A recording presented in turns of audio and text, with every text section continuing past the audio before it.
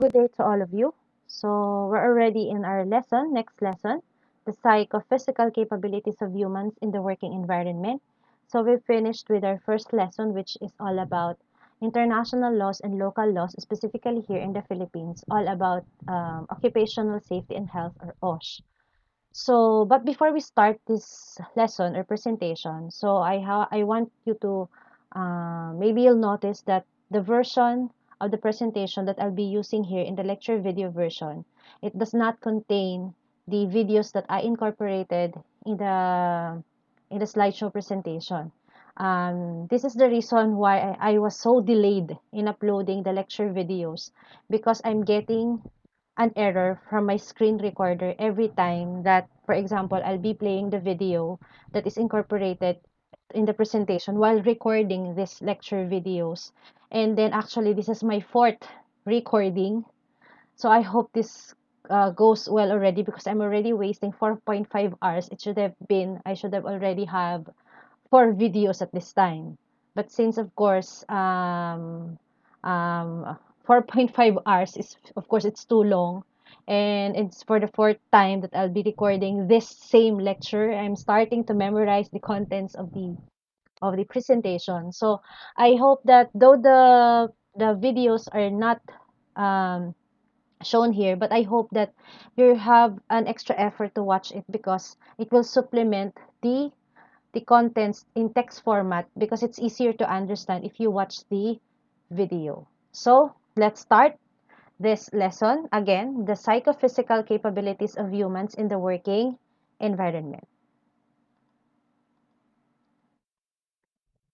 Okay, for the introduction, it is part of human physiology, focusing on explaining the mechanisms that form the basis for the responses of the human body while performing work.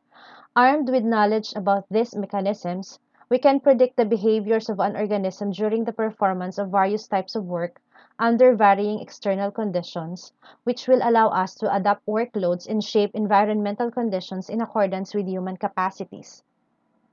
The physiology of work includes the ability to perform physical exercise and thus physical work. So the most significant systems are the cardiovascular and respiratory systems, which determine the general functional capacity of humans, the ability to adapt to physical exercise, and the efficiency of thermoregulation mechanisms, and the musculoskeletal system, which is characterized by both motor properties such as speed, coordination, precision of movements, and flexibility, and the strength and resistance of the muscles.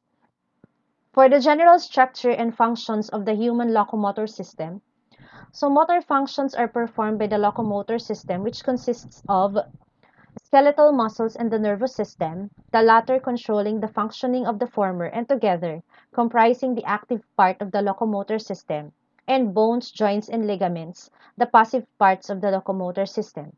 So muscles consist of cells known as muscle cells or myocytes. Both bundles of these muscles and the entire muscle are surrounded by flexible membranes or fasciae and are attached to bones by tendons. Then the tendons transfer the forces generated in the muscles during contraction to the bone levers. The bones are interconnected by joints and ligaments. So we have types of muscle contractions. So the most significant feature of muscle tissue is its ability to contract and thus generate force. The energy necessary for contraction is released by the decomposition of adenosine triphosphate or ATP to adenosine diphosphate or ADP in organic phosphate and one hydrogen ion in accordance with the following equation. So this is the equation for the decomposition of adenosine triphosphate. So this reaction takes place in the presence of myosin ATPase, which is activated by calcium ions that are released into the cytoplasm from the endoplasmic reticulum as a result of stimulation of the muscle cell by a nerve impulse. So this is the illustration of how our muscle contracts, but of course there is additional video which shows how our muscles contract and then what happens to the adenosine triphosphate and what are the types of contractions, which is the isotonic and the isometric contractions. So next is we have types of muscle fibers. So the functional differences between muscle fibers are based on their contraction speeds and endurance or resistance to fatigue. Functional properties can be categorized into slow twitch muscle fibers or ST, also known as type 1 fibers, and fast twitch muscle fibers or FT, known as type 2 fibers. Type 2 fibers are further divided into two subgroups, the fast twitch red or oxidative fibers FTA or type 2A, and fast twitch white or glycolytic fibers FTB or type B. So to further understand the types of muscle fibers, there is also an additional video that differentiates or where does this muscle fiber are used. For example, the slow twitch muscle fibers are used for marathon and cycling, while the type 2 is more of, for example, that requires an abrupt amount of energy, such as the dash, the 100-meter dash, and then the athletics sports. Okay, next is we have functional changes in the organism during physical exercise. So what happens to our body when we exercise? So first is the effects in the cardiovascular system. So among the many functions performed by the cardiovascular system during physical exercise, the most significant are as follows: transport of oxygen from the lungs to the working muscles and transport of carbon dioxide in the opposite direction, transport of energy substrates from extramuscular sources to the muscles, and transport of metabolites formed in the muscles to the organs, where they are either processed further to the liver or discharged to the kidneys. Discharge of excess heat generated during exercise. So that's why when we are exercising, um, to discharge excess heat, we are sweating. And immediately after commencement of physical exercise, the heart rate increases, which in the early stages is related to a decreased activity of the parasympathetic system, and in later stages to increased activity of the sympathetic system. So the maximum heart rate attained during maximum exercise can be calculated by the following formula: HR max is equal to 220 minus age. So our maximum heart rate depends on our age. So a measurement of the heart rate during dynamic physical exercise can be used to determine the relative workload of the employee and to assess the employee's tolerance to exercise. Cardiac output, or the amount of blood pumped by the heart in 1 minute, which is about 5 to 6 liters during rest, starts to increase immediately after commencement of dynamic physical exercise and reaches a state of balance after 2 to 6 minutes. So for example, when you're having the dynamic physical exercise at first, your your heart beats faster and your lungs ventilate faster because it needs oxygen, and then it will reach a state of balance after 2 to 6 minutes. And then maximum cardiac output in untrained persons is 20 to 25 liters. In trained persons, it may exceed 35 liters. Such changes in the cardiac output are possible because of an increase in the heart rate and the stroke volume. The rate of blood flow through working muscles increases by 15 to 20% of the cardiac output in the resting condition and can reach up to 80% of the cardiac output. This is possible due to dilation of the resistant vessels in the muscles, which increases cardiac output, and due to a change in the general blood flow distribution. So, on the contrary, the rate of blood flow through the visceral areas such as the liver, the pancreas, the spleen, the intestines, and the kidneys, and through non-working muscles decreases. So, blood flow to the skin, which is controlled by the thermoregulatory system, increases, allowing for effective transfer of the heat produced during work. Blood flow through the coronary vessels increases up to 4 to 5 times during exercise. During intensive exercise, particularly when it is not preceded by a warm-up, hypoxia of the subendocardial layers of the cardiac muscle or ischemic lesions can be observed even among healthy persons. So that's why it is always advised, if you're going to have an intense activity or exercise, it is always advised to have a warm-up exercise first, so as not your body our body should adjust to the changes gradually. So it needs a warm-up exercise. And the cardiovascular system responds differently during static exercise. During a static contraction, blood flow through the working muscles decreases due to the pressure exerted by the contracting muscles upon the cardiac vessels. In such situations, it is more difficult to supply both oxygen and energy substrates to the working tissues, and the metabolic products are accumulated, irritating the sensory nerve endings. And the irritation of sensory nerves, in turn, results in a strong reflex action of the cardiovascular system, which is based on an increase in the heart rate and a contraction of the peripheral vessels. So, this reaction is proportional to the relative loading expressed as a percentage of the maximum voluntary contraction, or the percent MVC, and is visibly more intense even during static exercise of small muscle groups. So that's what happens when we exercise in the cardiovascular system. How about what is the effect of exercise in the respiratory system? So changes in the activities of the respiratory system result from the increased oxygen requirement of the working muscle cells and the increased discharge of carbon dioxide from the organism. The most significant changes in the functioning of the respiratory system during physical exercise are increased lung ventilation and improvement of the ratio of lung ventilation to blood flow through the lungs. The increase in lung ventilation takes place immediately after commencement of physical exercise and is proportional to its intensity until it reaches about 70% of the maximum intensity. That is the intensity allowing for maximum oxygen uptake.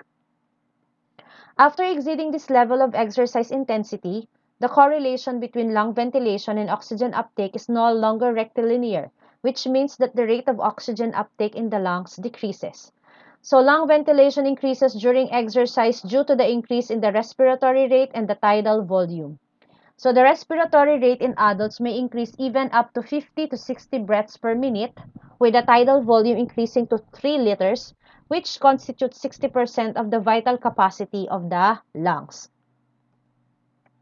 And during physical exercise, the blood pressure in the pulmonary artery and the pulmonary blood volume increase. And blood distribution throughout the lungs evens out, and there is a better ratio of lung ventilation to blood flow throughout the lungs. Another change that takes place during physical exercise and allows for an increased uptake of oxygen is the increase of the pulmonary diffusion capacity, which determines the ratio of oxygen diffusion between the alveoli and pulmonary blood flow. Okay, to better understand what happens to our body when we exercise, I hope that you'll watch the video that is incorporated in the slideshow presentation. So, and in there, in the video, it's very important that we do exercise.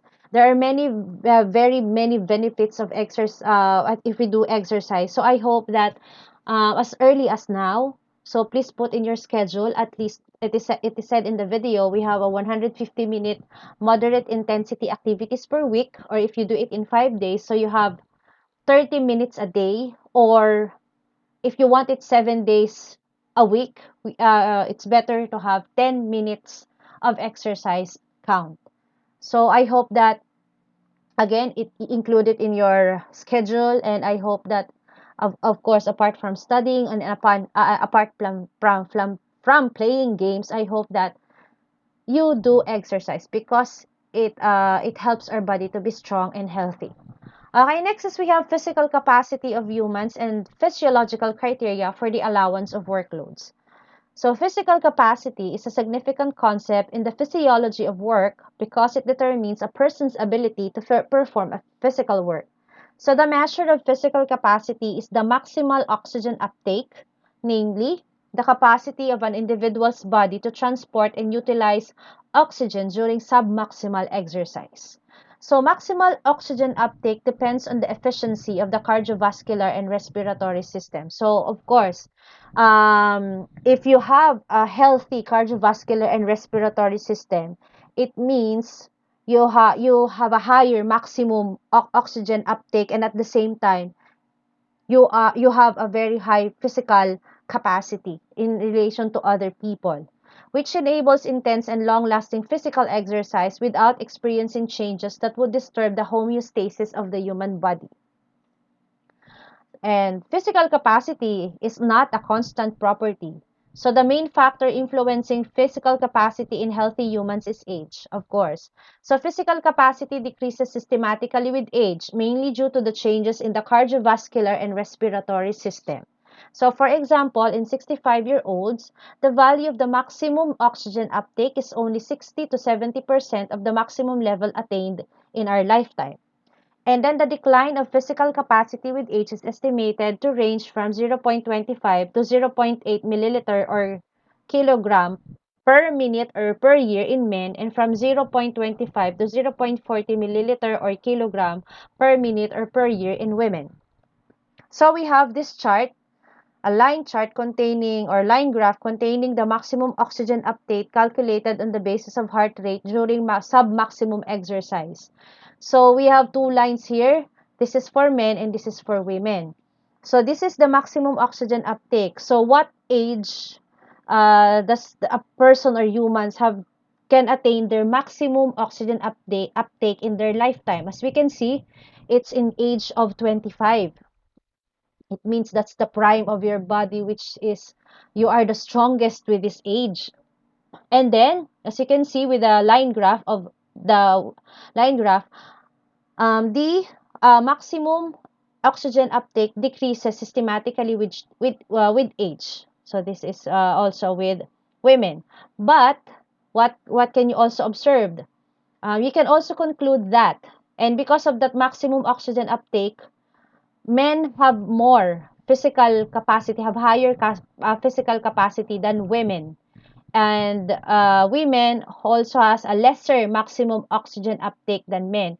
It's not to discriminate women, it's just that it's the reality that physically men are stronger than women because of this concept, the maximum oxygen uptake. So we should also consider what are the type of jobs that will fit a woman, of course, because men are physically and biologically stronger than women. Okay, I'm not having a gender discrimination here. It's just I'm stating the fact that literally and physically, biologically, that men is stronger than women.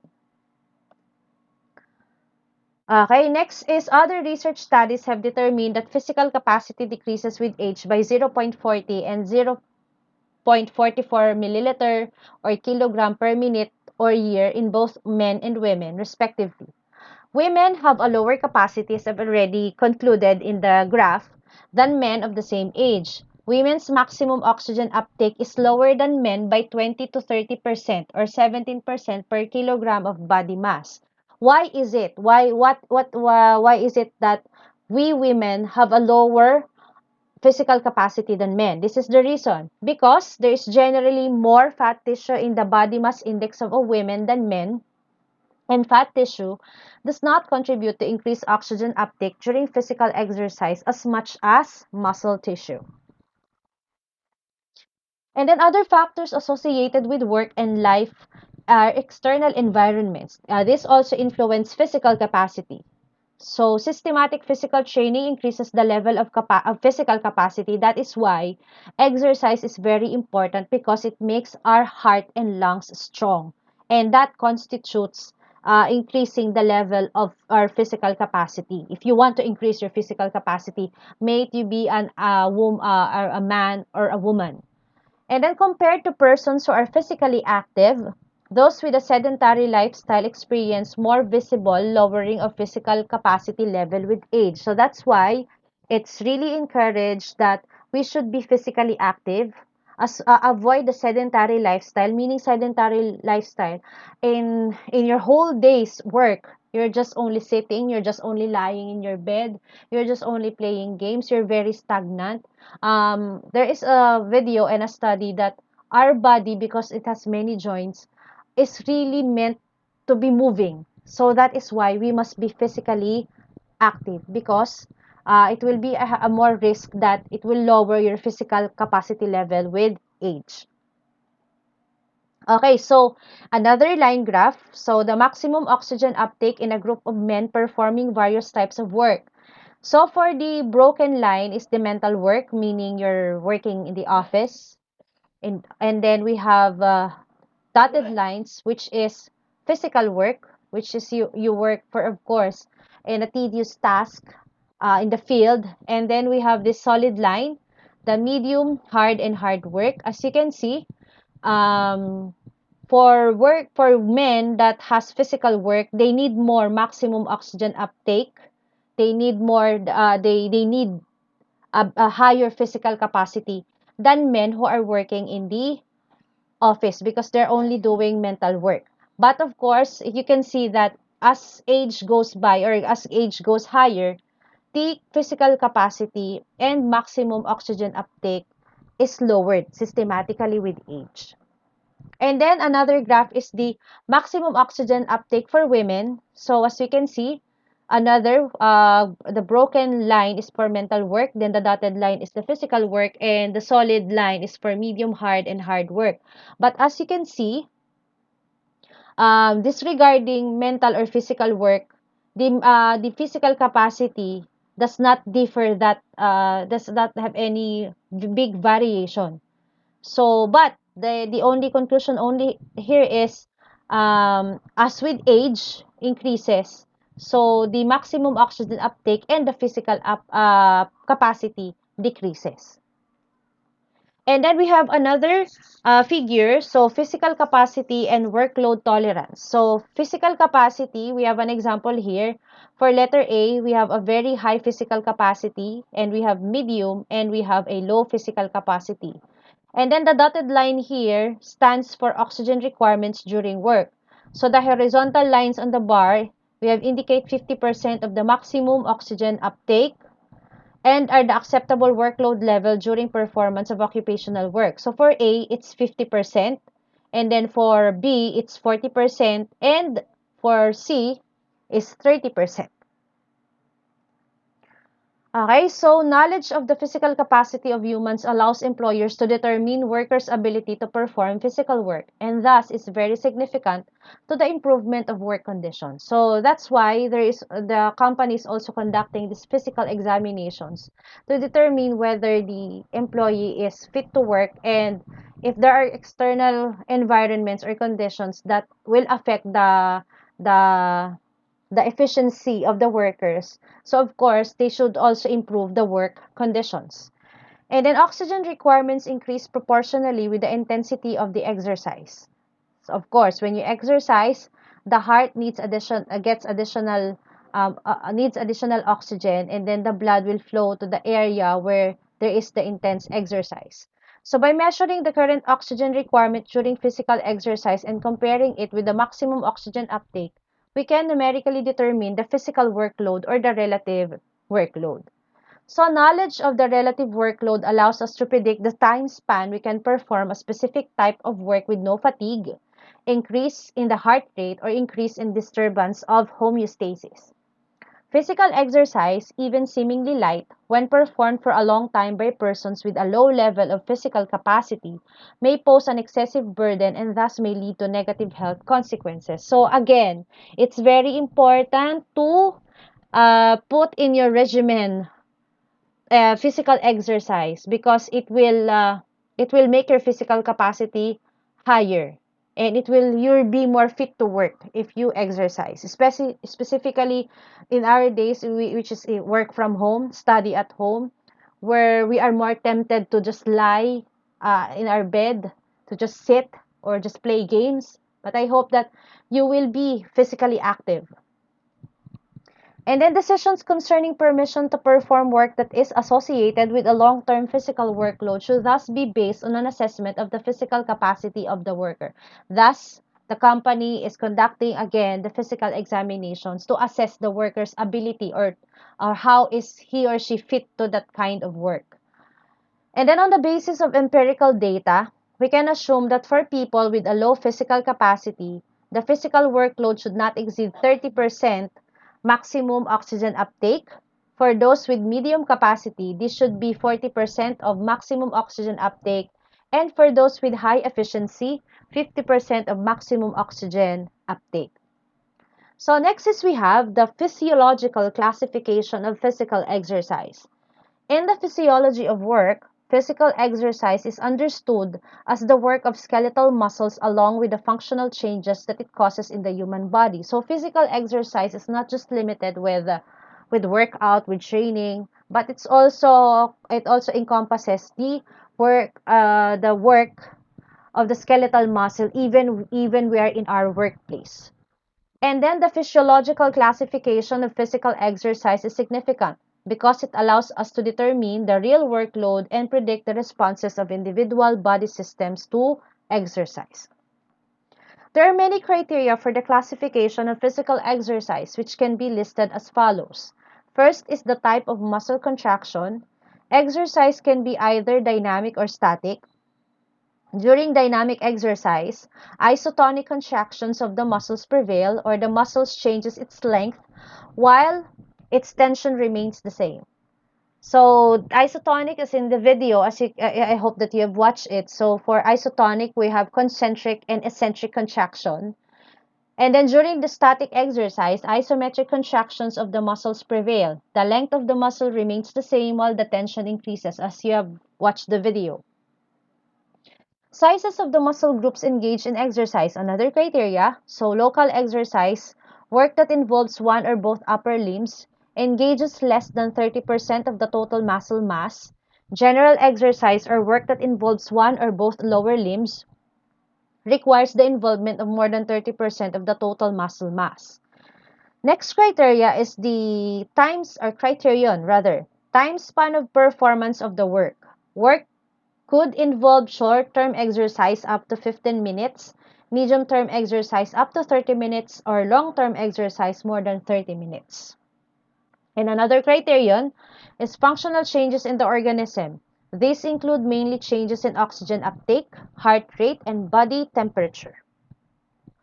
Apart from the type of physical exercise and its duration, there are also individual characteristics which should be used to determine workload during performance of physical work, including the physical capacity of the employee.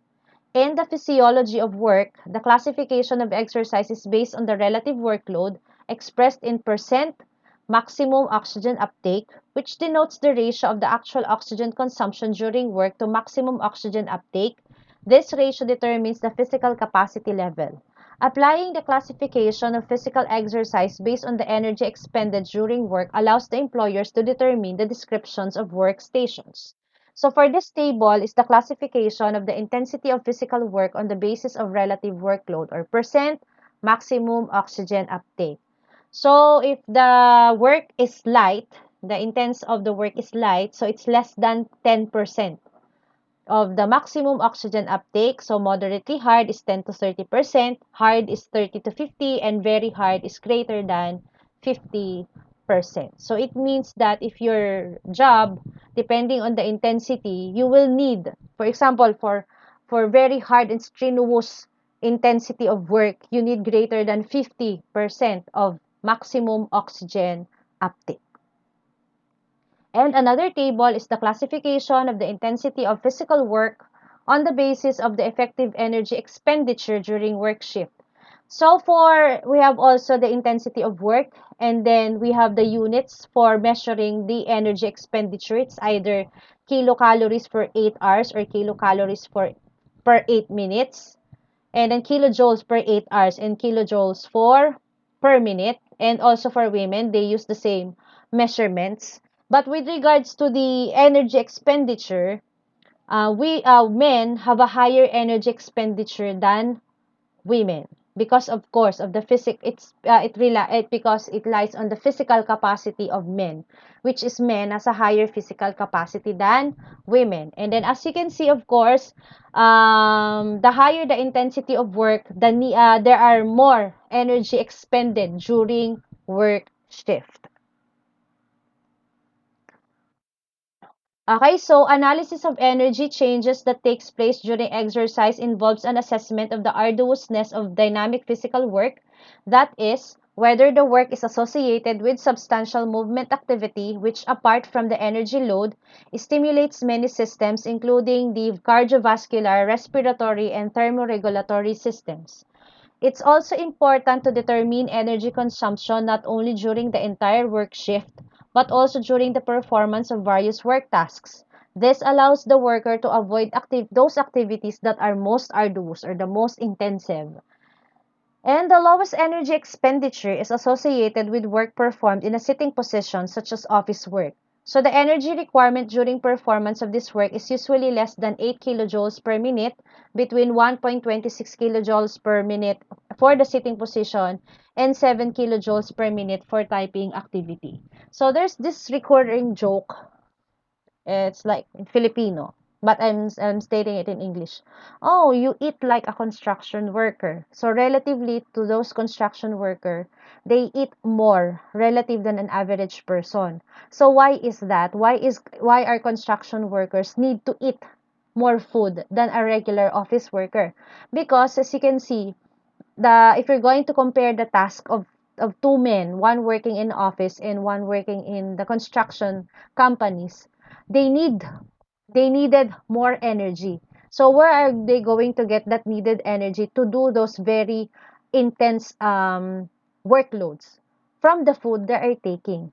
Will they have a problem with regards to because they eat too much? Actually, in my opinion, there would be no problem because if they're really eating too much, they're all actually burning the calories that they take in because of that food. So there's no problem. They're also burning it while they are working. The problem lies, for example, you eat as much as a construction worker and then you are an office worker. The problem is that since it is said here that the lowest energy expenditure is associated with work performed in a sitting position, so in office work. So if you eat as much as the a construction worker, how are you going to burn that additional calories that you have taken from the food? So what will happen if you do not burn it as much as the construction workers? So what will happen to you is you're going to gain more weight. And of course, and if you watch the video, if you if you gain weight and not exercising, so there are negative health effects such as cardiac. You will have a heart condition, heart problem. You will have diabetes. So I hope that depending on your workload, you should also depend how much you're going to eat. Okay, next is moderately difficult physical work includes work associated with the performance of those tasks for which the energy expenditure is between 10 and 20 kilojoules per minute. This, for instance, activities associated with the operation of most machines and devices, as well as assembly works which do not require substantial force. And hard work includes the packaging of objects and use of hand tools. And very hard work involves lifting of loads, loading of goods, or use of heavy tools such as shovels, pickaxes, pneumatic drills, and so on. Energy expenditure during performance of such tasks exceeds 30 kilojoules per minute. So sometimes if you're doing arduous task, intense work, you tend to be hungrier fast, tend to be more to be hungrier faster because you're expending your energy, so you need to replenish energy by eating. So it's also important here that is if you can see that breakfast is the most important meal of the day. It's so true because you're going to start your work empty stomach. So where do you think your body is getting the energy if you have not eaten breakfast? So by this discussion also, I hope that you change your lifestyle. Since you're still students, but if you are already working, uh, always try to eat a full breakfast meal because that is the start of your day's work, so that your body can get enough energy to make you go and respond and be responsive while working. Okay, next is the intensity of static exercise is best illustrated by the relative measure, that is the ratio of the currently developed force to the MVC of the muscle group engaged in the exercise. So physical exercise requiring a force not exceeding 15% MVC is classified as light. Exercise requiring a force of 15 to 30% MVC is classified as moderately hard. That requiring 30% to 50% MVC is classified as hard. And work requiring a force above 50% MVC is classified as very hard.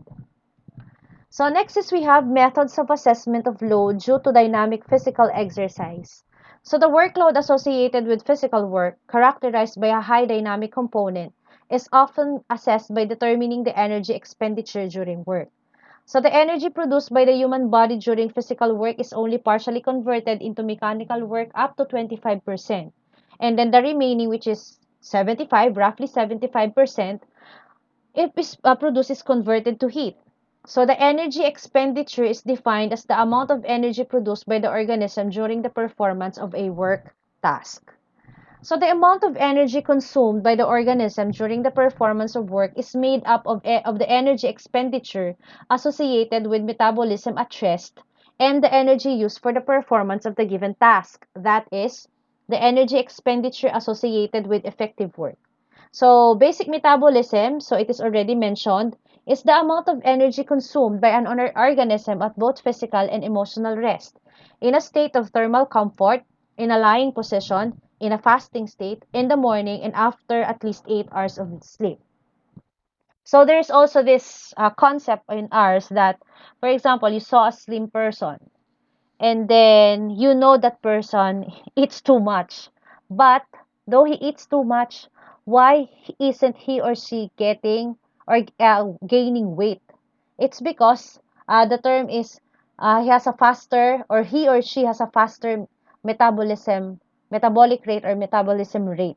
So that is the question. But metabolism slows down systematically with age.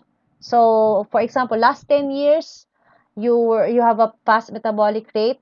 Then after 10 years, you can actually you can notice that wow, I'm not the person anymore that even though I ate too much that I want, nothing happens to my body. I still retain that slim, but now because of age, it will manifest that if you eat just the way 10 years ago, it will yeah, definitely you can gain weight. So the metabolism is often used to refer to the amount of energy necessary to maintain life processes.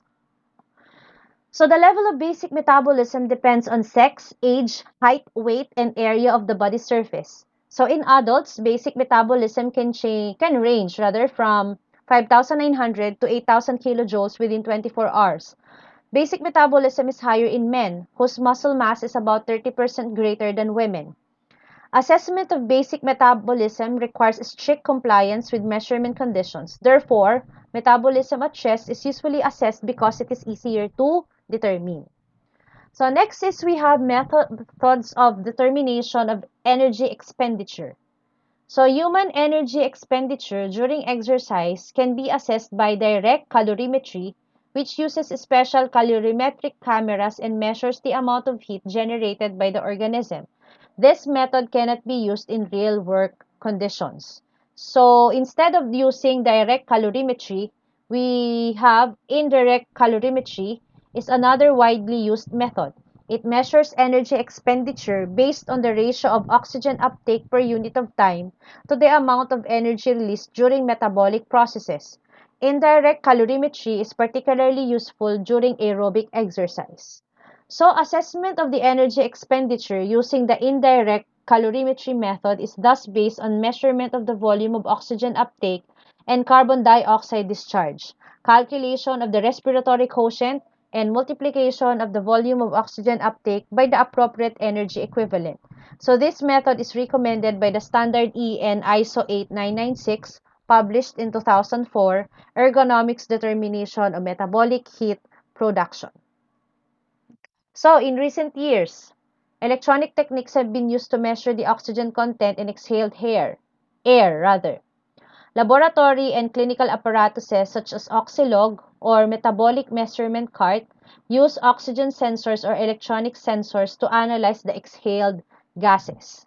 So, in industrial practices, energy expenditure is often assessed using a method that measures the inhaled or exhaled volume of air during or long ventilation. So the approximate value of energy expenditure can then be calculated based on the correlation between the ventilation and the oxygen uptake using the following formula. So this is the formula where E is the energy expenditure in kilojoules per minute and VE is lung ventilation in liters per minute under standard temperature and pressure conditions. So volume of dry gas at a temperature 0 degrees Celsius and atmospheric pressure of 101.3 kilopascal. So for this table, we have energy equivalents of 1 liter of oxygen depending upon the respiratory quotient. So we have this corresponding respiratory quotient and the energy equivalent of 1 liter of oxygen in kilocalories and kilojoules. As you can notice, the higher the respiratory content, also the higher energy equivalent of 1 liter of oxygen.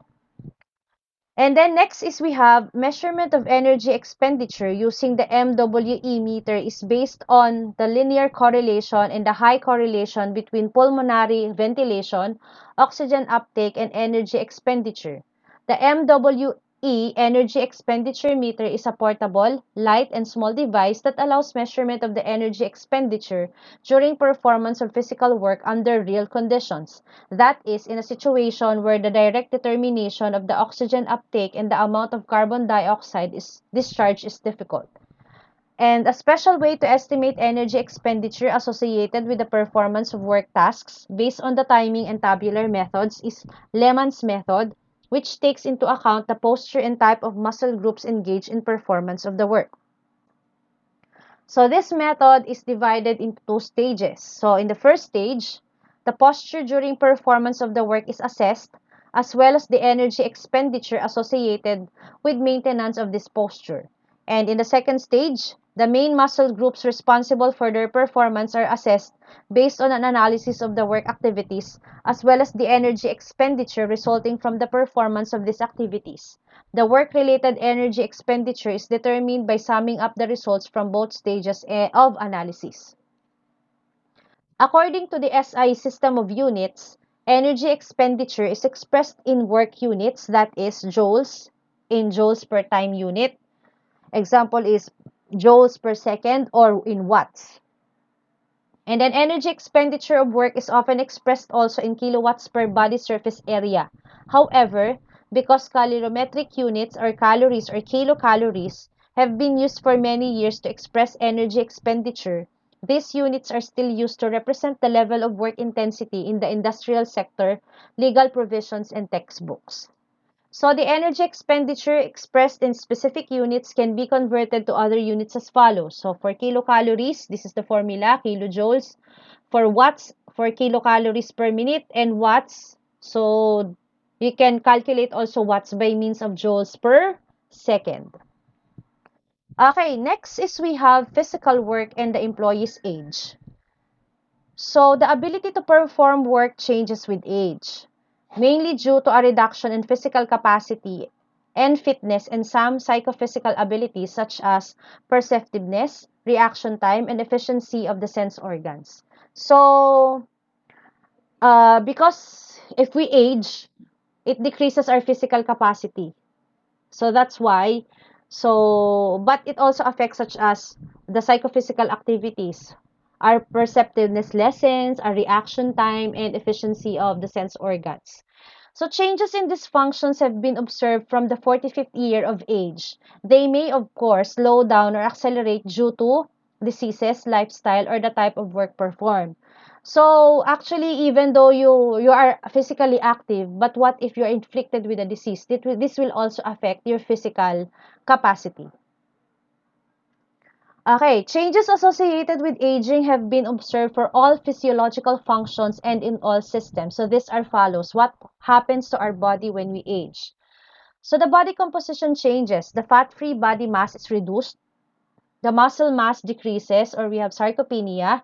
Qualitative and quantitative changes occur in the skeletal muscles based on changes in the proportion of type 1 and type 2 muscle fibers. The maximum muscle power is decreased.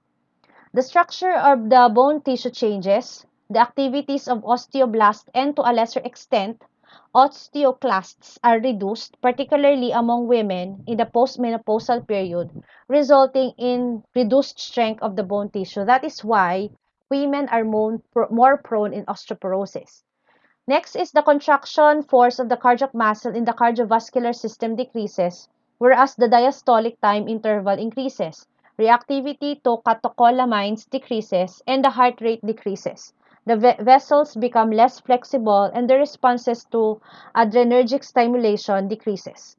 Then another changes are the volume of the respiratory tract increases, accompanied by a reduced surface for gas exchange, reduced flexibility of the lungs, and increased volume of residual air. The power and endurance of respiratory muscles decreases.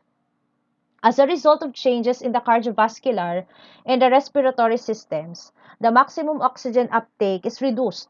The extent and pace of the reduction of maximum oxygen uptake are modified significantly by physical activity. That is why it's very helpful that you exercise because though you are aging, compared to the same age with a person with a sedentary lifestyle, you will have a higher physical capacity than the person who is having currently a sedentary lifestyle without any physical activity.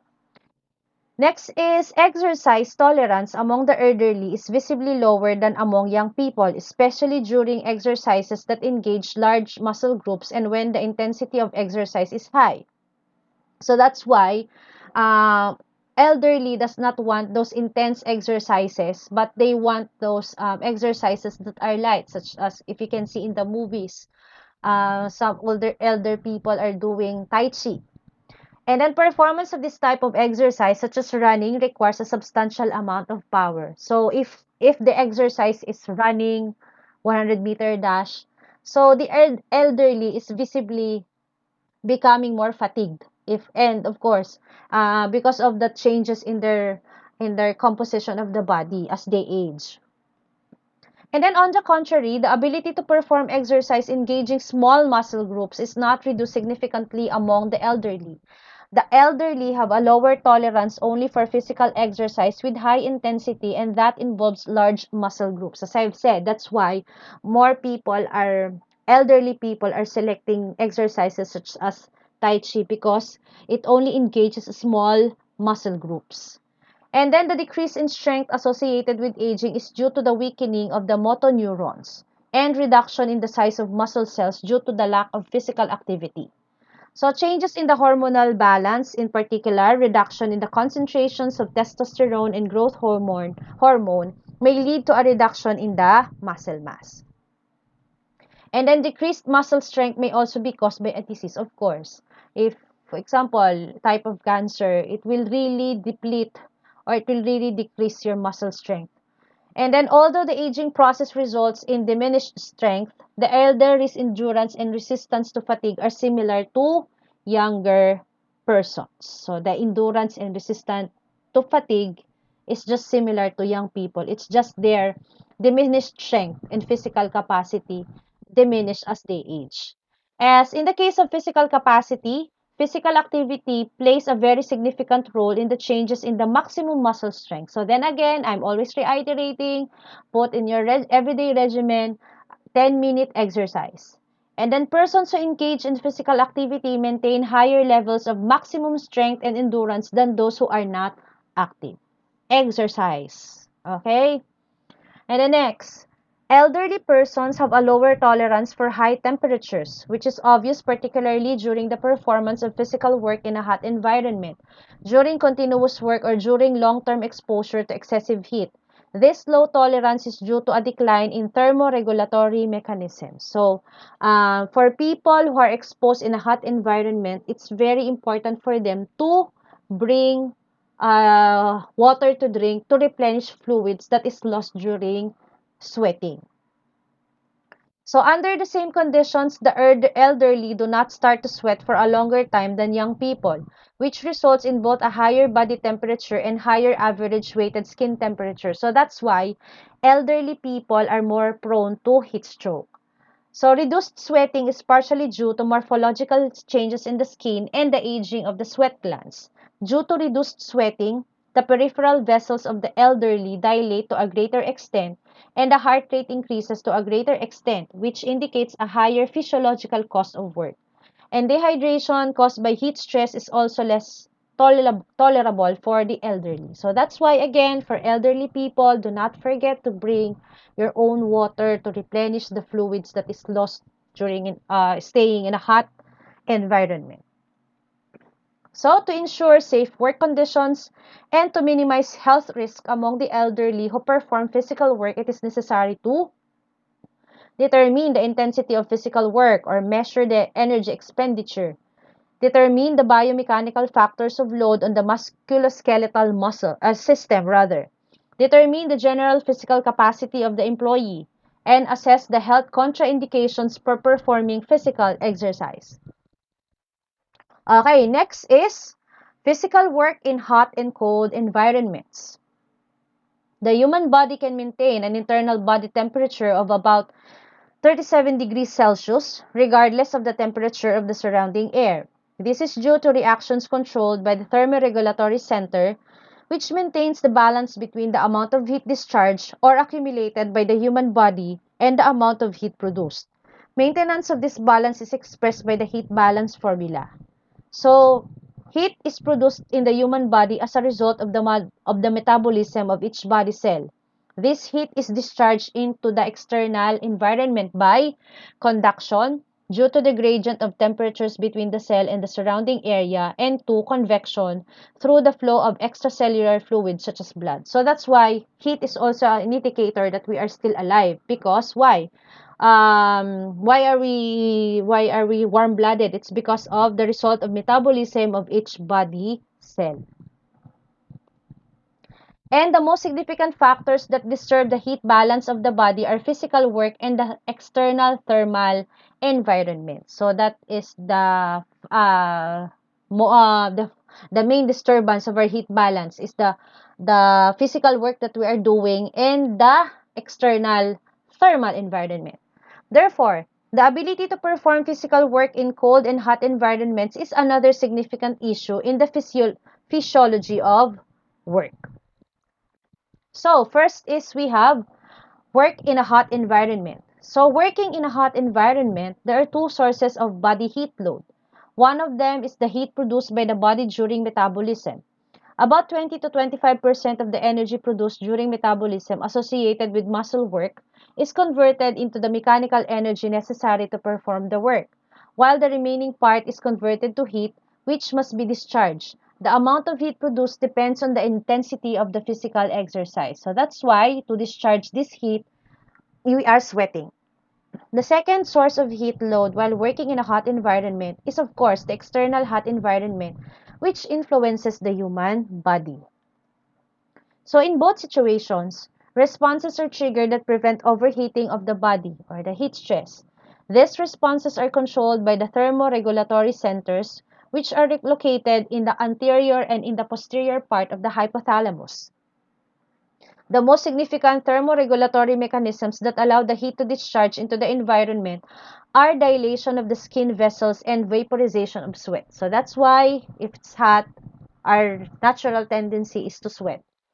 So dilation of the skin vessels during exercise results from suppression of the tension of the sympathetic innervation of these vessels, which results in higher dermal blood flow.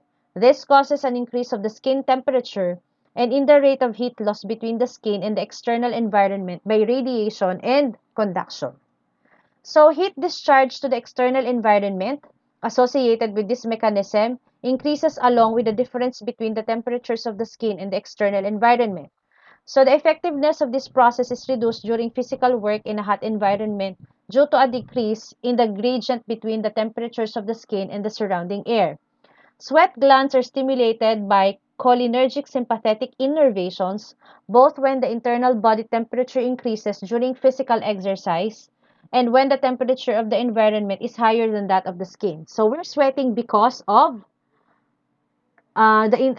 physical exercise. Physical exercise makes our internal body temperature increase. And then another reason that's why we're sweating is because the temperature of the environment is higher than that of the temperature of our skin. And that secretion and vaporization of sweat, which plays a principal role in a hot environment, is very efficient method to release heat. So that's sweating is a way of cooling our body. When the sweat glands are activated, the human body may lose a substantial amount of fluids along with electrolytes. So that's why it's very important in a hot environment is that we should bring a water to drink with us so that as to avoid dehydration, to replenish the loss of fluids because of sweating. So, sweat excretion reaching up to 7 to 8 liters per work shift has been observed among employees performing physical work in a hot environment. So, that's why there's also a saying that we should also drink 8 glass of water a day. So, as to avoid dehydration. And water is very important in our body. Despite the activation of thermoregulation mechanisms allowing for heat discharge during physical exercise, the internal body temperature increases in proportion to the intensity of the exercise. So during long-term exercise, the body temperature stabilizes after about 30 minutes. So for example, if you start your physical exercise, you will sweat. But you can notice that after about 30 minutes and the long-term exercise is just the same intensity, so your body temperature stabilizes and then you will stop or decrease the sweating or of course stop the sweating. So however, this occurs only temporarily and the duration, lasting for periods ranging from several minutes to about half an hour, depends on the intensity. What if, for example, your body already stabilizes and then you're given another set of more intense physical work? So again, you're going to sweat. And what if after your body stabilizes and then the room temperature got higher? So again, you're going to sweat. So again, so it depends upon the intensity of the physical exercise and the temperature of the external environment. So during intense long-term exercise, the body temperature may even exceed 40 degrees Celsius. So the increase in body temperature during physical exercise is greater in dehydrated persons. So again, drink lots of water to avoid dehydration. So adverse reaction to heat loads, which are a response to the vasomotor reaction and dehydration of the body as a result of sweating, include a decrease in cardiovascular blood volume, reduction of arterial blood pressure, and a general increase in the burden of the cardiovascular system. So during physical work, particularly in a hot environment, it is therefore necessary to supplement the body with fluids and electrolytes. So the best source of fluid is non-carbonated mineralized water. So non-carbonated, it should not be soda drink. It should be, ideal is mineralized water, but at least clean water, non-carbonated, it's already fine to replenish the lost fluids of your body. So fluid should be delivered directly to the work area in unlimited quantities.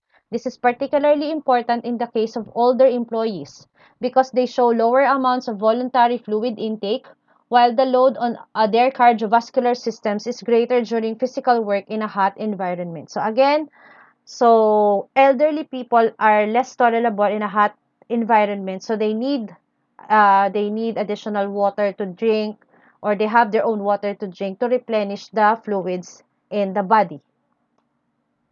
And a decreased ability to perform physical exercise in a hot environment is the result not only of functional changes in the cardiovascular system, but also of the direct influence of temperature on the muscle metabolism. Okay, so that's what happens in our body if we are working in a hot environment. What will happen in our body if we work in a cold environment? So the body's reactions to a cold environment depends on its thermoregulatory mechanism, which permit the maintenance of heat by both decreasing its loss through the contraction of the skin vessels and increasing its production through muscle shivering, increased muscle tension, and non-shivering thermogenesis. So for hot environment, there is the dilation of the skin vessels, while for the cold environment, we have the contraction of the skin vessels to retain the heat. And then that's why it is also a case of muscle shivering. Why are we shivering? Because our body is generating heat. And then there's also increased muscle tension and non-shivering thermogenesis. These are all mechanisms of our body to produce internal heat. Then contraction of the skin vessels results in a reduction of the thermal blood flow, as well as a decrease in the gradient between the temperatures of the skin and the air around it, which reduces heat loss through radiation and conduction. So that's why when it's cold, if you can see the palms of your hand or of your hands, you can see that it's pale because there is a contraction of the skin vessels. So there is a reduction of thermal blood flow. And the next is mechanisms that increase heat production in a cold environment are of little significance for maintenance of the body heat balance. On the contrary, they negatively influence the ability to perform physical exercise. So that sometimes when you feel that today is a very cold day, some of you do not want to wake up early because they want to sleep, they want to rest because it's very cozy to sleep in a cold environment. So that's what is happening to this entry. So they negatively influence the ability to perform physical exercise.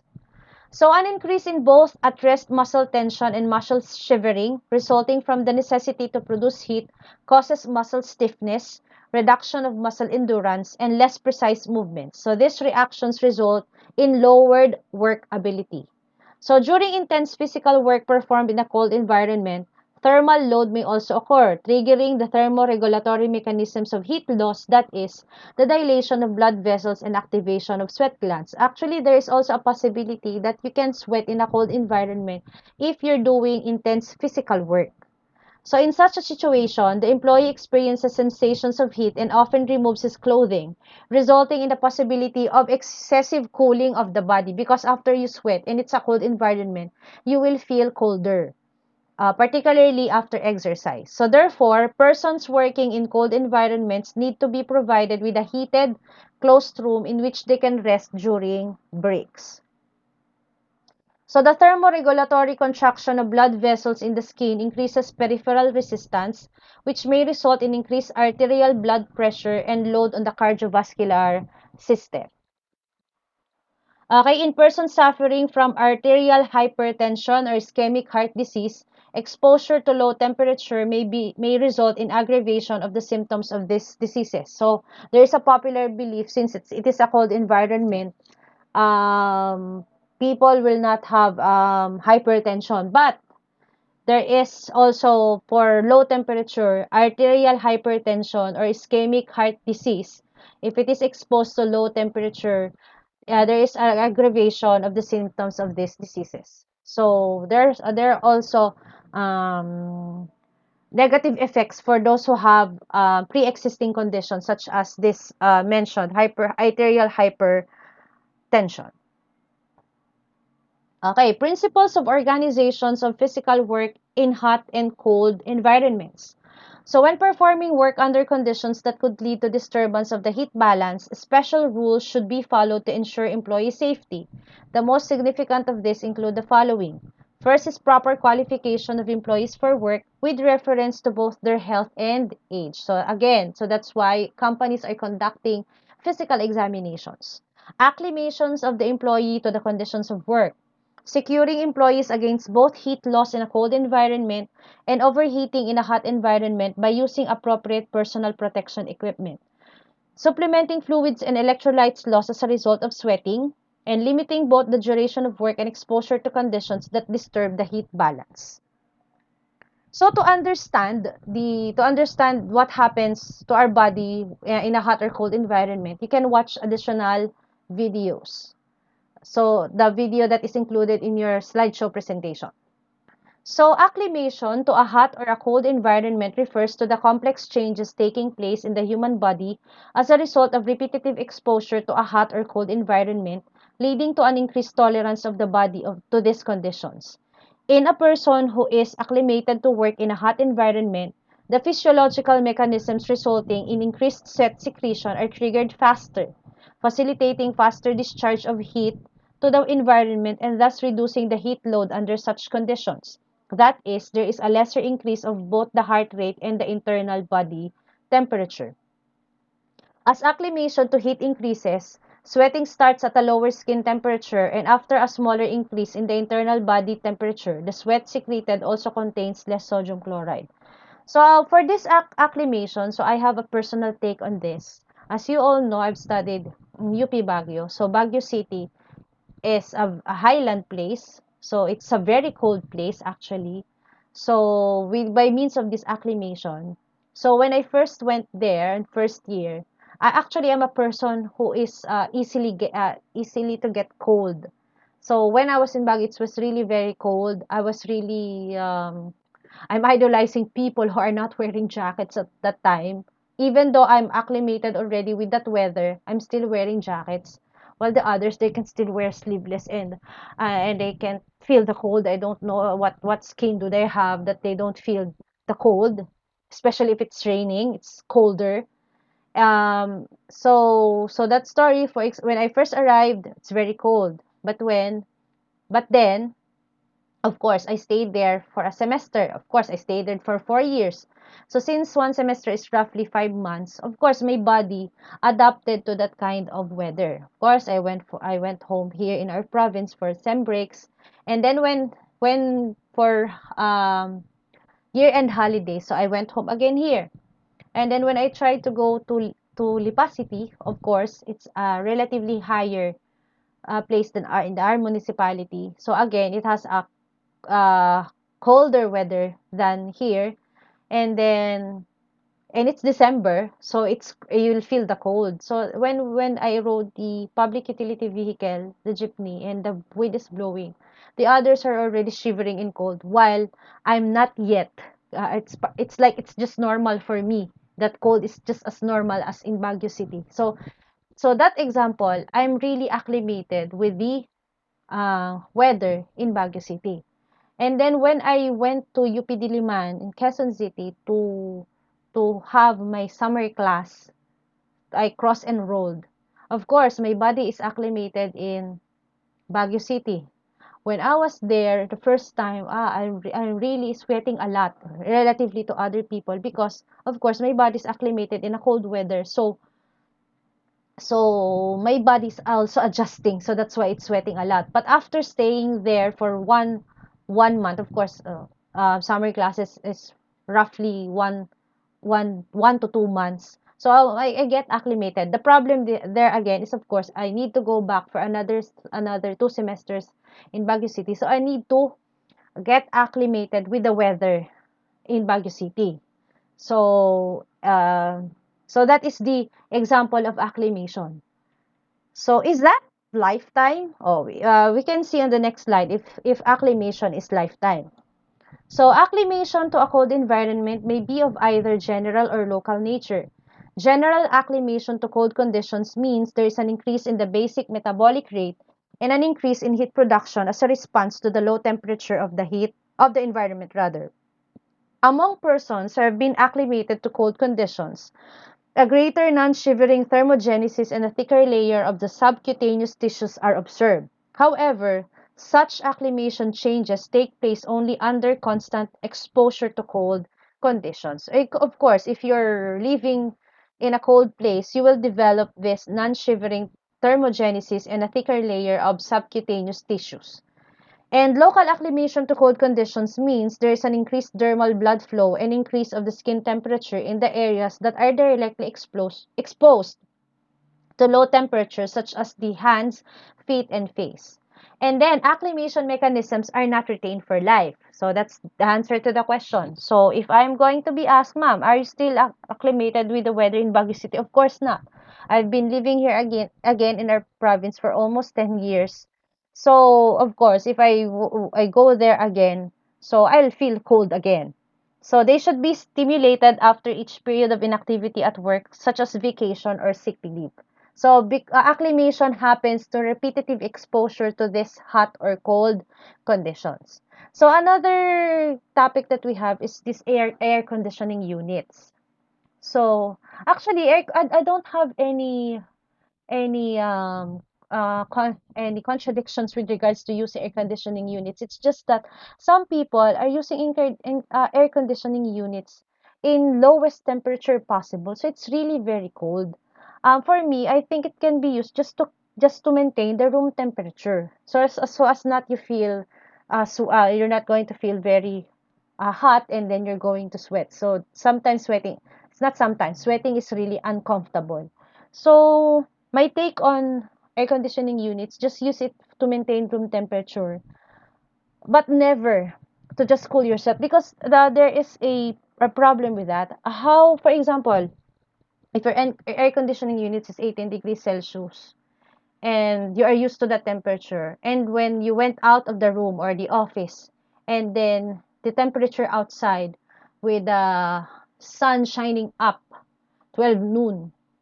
So what will happen to your body? It's just that for me, there are people who are like that. If they're exposed to extreme cold temperatures and then they went outside, then it's very hot, and then in the afternoon they're already sick, because I think it's because the body cannot adjust abruptly to these changes in temperature. And another is, if you're used to these air conditioning units with a low temperature setting, how are you going to acclimate your body here in our country, which is a tropical country? It's a relatively hot country compared to Japan and Korea. So how are you? So that is the problem. You're going to have a problem later on if your body is from cold room 18 degrees and then to 35 degrees outside of your office. So again, for me, if you're going to use air conditioning units, use it just to maintain room temperature. Because as for me, because as I've said, personally, I easily get cold. So that's why if the temperature is too low and then and I'm sleeping in that room, I'll be waking in the middle of the night because I can feel that my palms are pale. There's no blood because of there's a vasoconstriction as in the video. So again, I have nothing against with air conditioning units. It's just you should just use it wisely, and our body, which is of course we are living here, our body should be attuned with the weather, or we are acclimated with the weather here in the Philippines. So, this is the end of our lesson. So, I know there are many medical terms. Um, it's like more on biology, human anatomy, but the purpose of this lesson is that for you to have a basic concept of how the body reacts in a hot and cold environment. So, what are the effects of physical exercise in our body? And then, what are the main systems that really tells us that if we want to have a higher capacity, physical capacity, what are we going to do with our cardiovascular and respiratory system? Okay, so if you do have any questions, so please feel free to comment below, and I hope that you won't forget subscribing to my channel. So um, again, our next lesson is also related again with with the psychophysical work and capabilities of humans. Of course, this is very important for you to understand. Though it may sound that this is not our specialization, but at least we should have a better understanding of what happens when our body is working, having exercise, again, adapting to hot and cold environments. So thank you very much. Good day and stay safe.